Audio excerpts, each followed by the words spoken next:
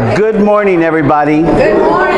And welcome to our May edition of the Menudo Meetup. We're very honored to have all of you here, particularly all of the candidates that have graced us with their presence today. Just a little bit of history about the Menudo Meetup.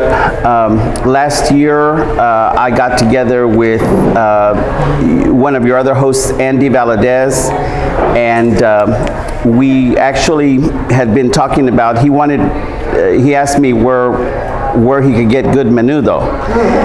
And so I started telling him, oh, we can go here, we can go there. So we started meeting up to have menudo, and then and we were like, well, let's invite other people, and that's how this all got started. Of course, you know, there were so many community issues that we were having very good discussions, and we found it very necessary. It's like the community wanted to talk about things, and a lot of people are afraid to, but coming here, I think their guard gets down a little bit because they're with like-minded people, and it's really going well. Later, we were joined by the beautiful Carmen Cavazos, and she has just been a great addition to our meetup as far as helping us organize and get the word out in the community. And so it's working very well. So on behalf of your three hosts, Andy, Carmen, and myself, again, welcome to the Menudo Meetup for the month of May.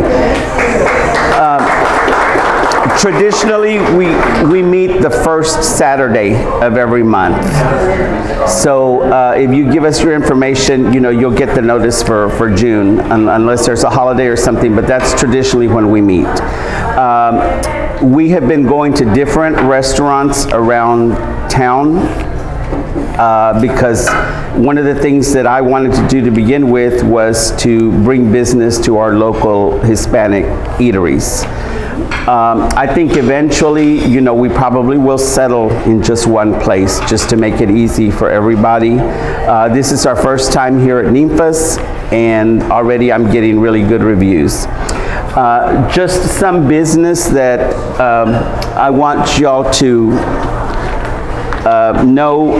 Andy has been working on these two things as possible logos for our organization, which will go on the website. So what I'd like for you to do as we pass these around is I would love for you to put a little check on the top one or on the bottom one, whichever you like best. Okay, so just put a little check, and then we'll count them and see which way everybody's going. Okay, so.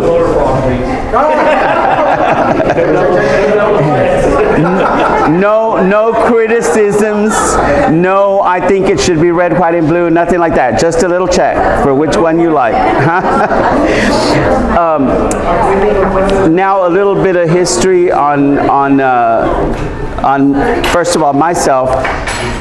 Many years ago, I was the Harris County Chairman of the Republican National Hispanic Assembly for 11 years, or a little over 11 years. And after serving for 11 years, I got involved in so many other things, I kind of got out of politics. Just to give you an idea of what things were like and how things have changed. One of the reasons I retired from the Republican National Hispanic Assembly chairmanship was that back then we got it to be a very powerful organization nationwide. Here in Harris County, we were one of the premier centers for RNHA. When the leadership for the state came up, it was assumed by many people, including myself, that I probably would become the state leader of the RNHA. And actually, they forfeited the convention and assigned a new leader without a convention. And so it was at that time that I just kind of said, you know, I'm walking away, which I did. Plus, I had served, you know, over 11 years. It wasn't until much later that I found out because I had a deep conversation with the former state leader, as to why it had just been passed down to someone else. And we had not had an election. And believe it or not, I was told that the reason that that had happened was because they could not elect me because of my hair. What? Yes. And I was bluntly told that, you know, there were some conservative leaders here in town that I worked with on a day-to-day basis, attorneys, and of course, you know, there's what you call the good old boys club. They had basically just got together and just, you know, we can't have somebody with long hair like that. And so the decision was made, and I was passed over, and then I walked away. I'd like to say that things are better now, but I will tell you that I've had several conversations with people calling me, because every time elections come, I either do interviews on television still, or people call me to ask me what I think about this issue or this person running. And I will tell you that 20 years ago, what I was fighting for here in Harris County has not changed. 20 years ago, we were fighting to get people to work the polls. We're still doing that.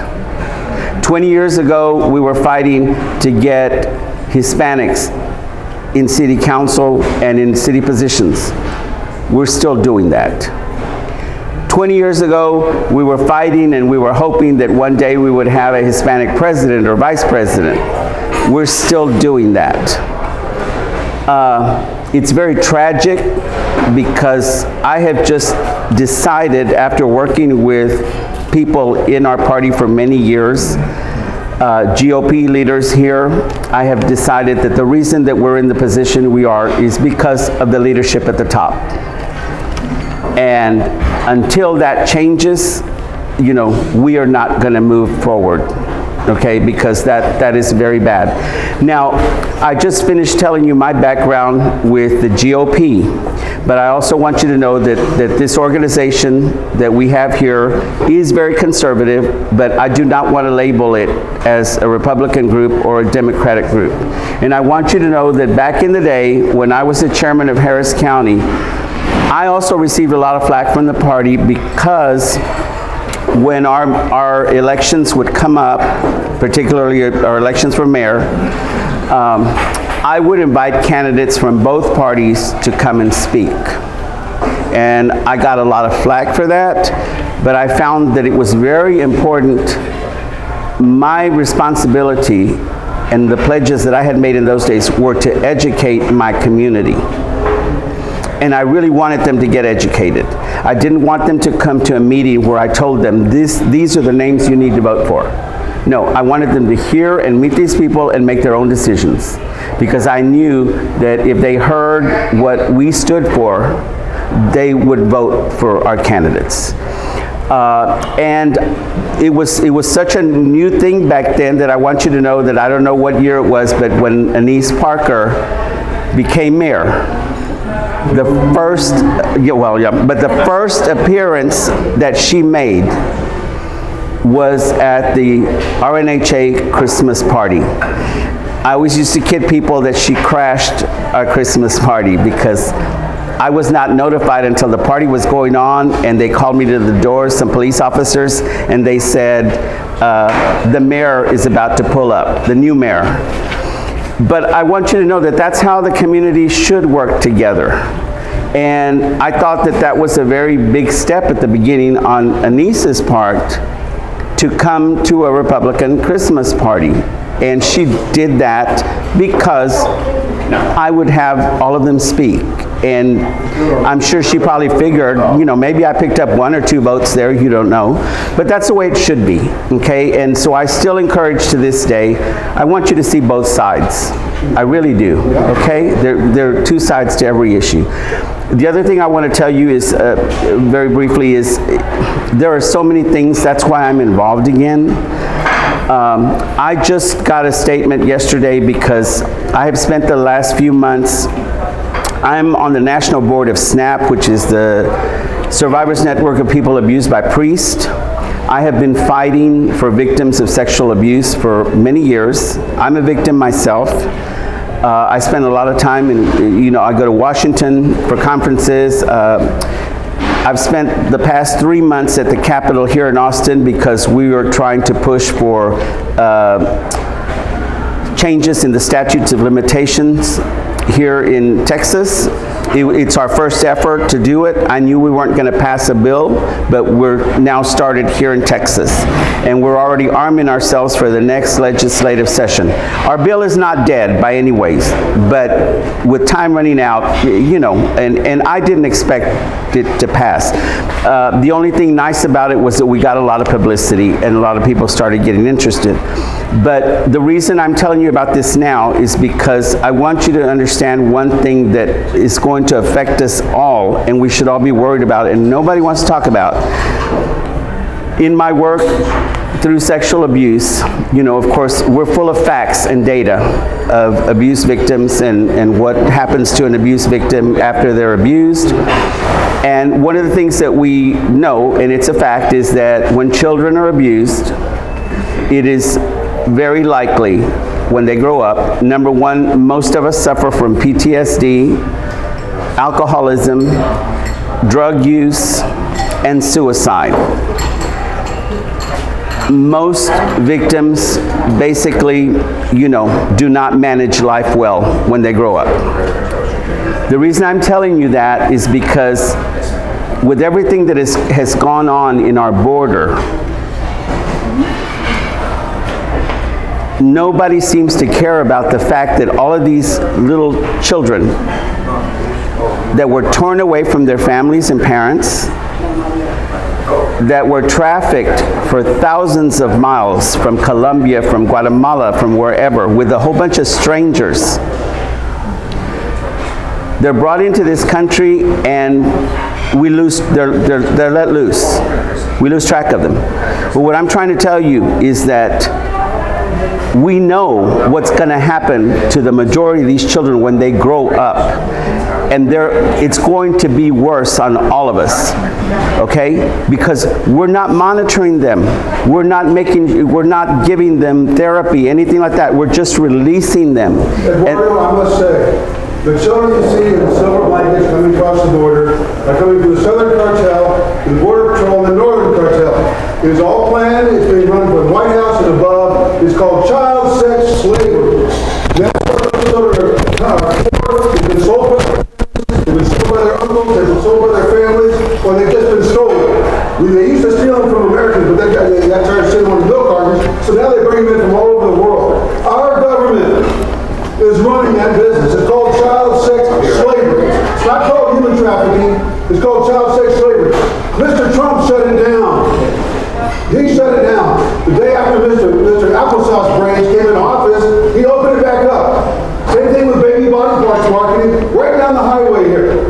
Anthony Fauci is the main customer for the baby body parts coming out of the biggest abortion clinic in America, right here. So when you bring that up, I gotta clarify. I gotta say, hey everybody, let's put these new people in office. Let's run off the scoundrels that are there. Let's make sure we stay on the right highway. It's a highway full of love. It's a narrow highway. Let's get back on that highway. Let's stay on there. Amen. Amen. Thank you so much. Amen. I also wanted to tell you that we're adding something new. I told you I was on the National Board of SNAP. I brought one of our little signs over there. So for our future meetings, if anybody has any organizations they're involved with that they would like to bring a poster or whatever, please feel free to put them up during our meetings. I also want to tell you, I know this is a little off the cuff, but that's the way my leadership style is. You do not have to worry about silencing your phones, okay? Because I know that many of us are leaders in the community, and particularly like a person like me, I'm constantly getting calls from victims that are contemplating suicide and stuff, and so I don't ever want to miss a call like that when somebody's having a problem. So if your phone rings, don't be embarrassed, don't get all upset. It's not going to bother us, but you don't have to worry about that here at our meetings. Okay, moving along. First, I would like to present to you someone who is one of our candidates, but she is going to speak about one of her organizations here first. So I'd like to welcome Sonia Rivera here to tell us a little bit about the Libre Initiative. Let's give a warm applause for Sonia Rivera. 1, 2, 3. ¡Ya no más!